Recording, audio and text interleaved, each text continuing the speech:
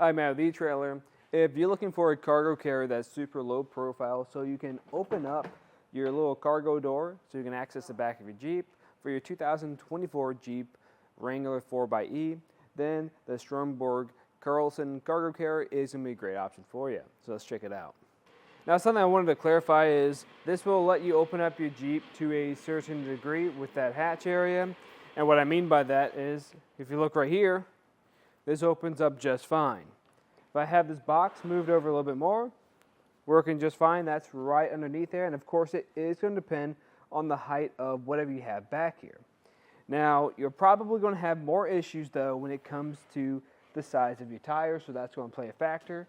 So like when I move this box more to the center here, if I open this up, this is going to hit. So really, this is mainly going to be applied to when this carrier is unloaded, which is perfect because if you plan on keeping this back here full time and you are constantly grabbing something, whether that be some type of firewood, some generators, something along that line, and you're immediately taking it off, then I think this will be a great fit for this vehicle. But let's get a few measurements of the interior so we know what exactly we're working with. So I'm actually going to get the total height of how high you can stack something underneath here. That's going to be a little bit under 9.5 inches. Clearance of your door, so that should be the same for pretty much all vehicles out there, or all these Jeeps. And what is going to change is going to be this tire. Of course, at this point, that's probably going to get pushed down some. That's going to be sitting at about 7 inches. Of course, like I said, your tire size will kind of change that up, so that's just going to give you more of a vague estimate. Now, for the total width, that's going to be sitting at a little bit over 60 inches. The length, that's going to be sitting at just about a little bit under 23.5 inches. And the total height of the walls on the side, that's going to be sitting at just under 3 inches. So that kind of gives you an estimate of how high you can stack things or how big those items can be. Now, I will say it is recommended that you do strap down your items no matter how high they sit or how low they sit. There's going to be a lot of great points to do that too. We're going to have these little circles on the little sidewalls here.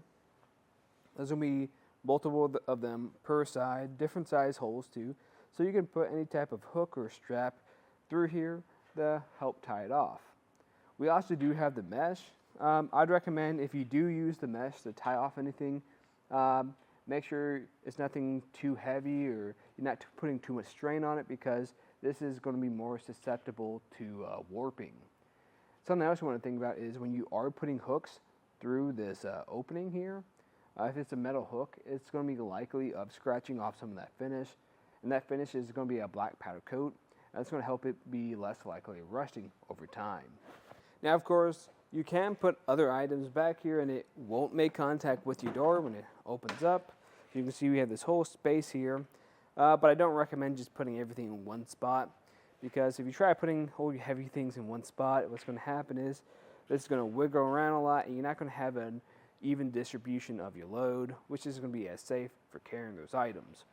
Another thing too is if you're putting everything here, you're going to be blocking your license plate. Really, if you're loading up anything back here and you're taking up that entire space, most times you will block this license plate just because of how low it's sitting. Something else to think about is if you're stacking anything up by a little bit over a foot, maybe a foot and a half, then you're going to be walking into the territory of where your lights are sitting. So anything over a foot and a half, you're going to start to kind of block those lights a little bit. Now let's kind of talk about how it's going to work on your vehicle when you're driving around. So this is going to add a little bit of space to the back of your car. And right now this is going to add just about a little bit over 28 inches. Really not too bad for a cargo carrier. A lot of times they take up a little bit more space. And that's because this is sitting kind of close to our vehicle, which I really don't mind. It's not stopping us from doing anything. And it's still pretty easy to access our pins. And for the total ground clearance we're getting, that is at 16 inches. So that's not too bad. Now when you load this up, that's probably going to drop down by a couple inches. So if you're going up any really steep inclines, like a driveway or a steep hill, just kind of watch out for this a little bit, because you are getting a little bit closer to making ground contact. but in most cases you should be fine with this. And all you really need to install this is going to be a 2-inch hitch receiver, because we're going to have this 2-inch shank that installs to it. Now, to secure this into place, you will need a pin and clip. Here they are right here, because this doesn't come with this kit at all. So if you don't own a pin and clip to secure it in place, I recommend finding one. We actually have plenty of them on our website. And if you're going that route, you need to go the route with a locking one too. A locking one is just going to give you more security.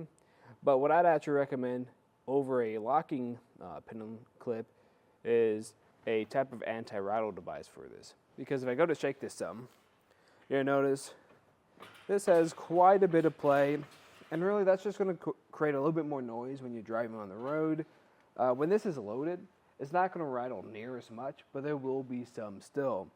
And if you're not a big fan of that, etrailer actually has a anti-rattle collar. And it's actually pretty nice. What happens is that actually wraps around the very end of the receiver tube.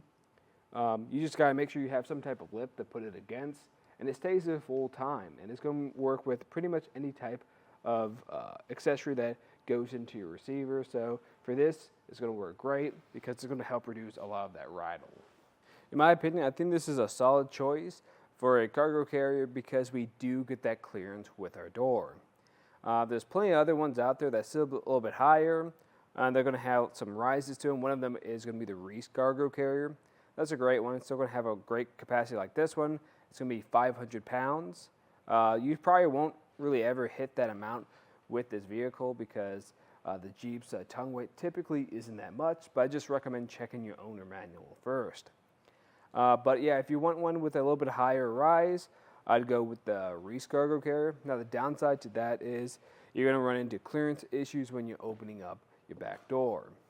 Now if you want to have full access to your cargo area, but you want to be able to load up your gear in the back of this too, then you're going to have to look at something more premium, and something like that is probably going to be the Yakima Exo system. But again, that is at a much more premium rate, but you will have full access to your cargo area and all your gear in the back of it too. But either way you go, I think this one's going to give you a lot of clearance, and it's just going to be really easy to work with. But that's just a look at the Stromberg Carlson Cargo Carrier on the back of our 2024 Jeep Wrangler 4xe. I'm Matt. Thanks for watching.